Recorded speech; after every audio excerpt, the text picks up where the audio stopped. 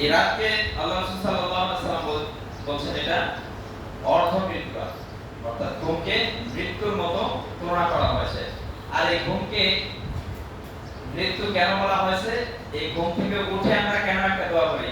ঘুমাইতে যাওয়ার আগে একটা দোয়া আছে না? সেটা কি সবার মুখস্থ আছে কি? সবার মুখস্থ থাকার কথা। বিসমিল্লাহি আল্লাহুম্মা বিইসমিকা আমুতু ওয়া আহইয়া। কি বলছি আমরা এখানে? বিসমিল্লাহ মানে আল্লাহর নামে আমরা কি করতেছি? আমুতু আমরা মৃত্যুবরণ করতেছি। ওয়া আহইয়া এবং তার নামে আমরা আবার কি করি? জীবিত হই। জীবিত হওয়ার পরে কিন্তু আমরা আরেকটা দোয়া করি, অর্থাৎ ঘুম থেকে ওঠার পরে আরেকটা দোয়া করি। সেখানে কি দোয়া করি?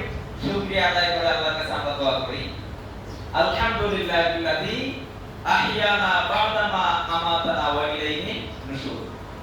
আলহামদুলিল্লাহিল্লাযী, প্রশংসা সে আল্লাহ, যে আল্লাহ মৃত্যু থেকে আমাকে আবার পুনরায় জীবন দান করলেন। সুবহানাল্লাহ।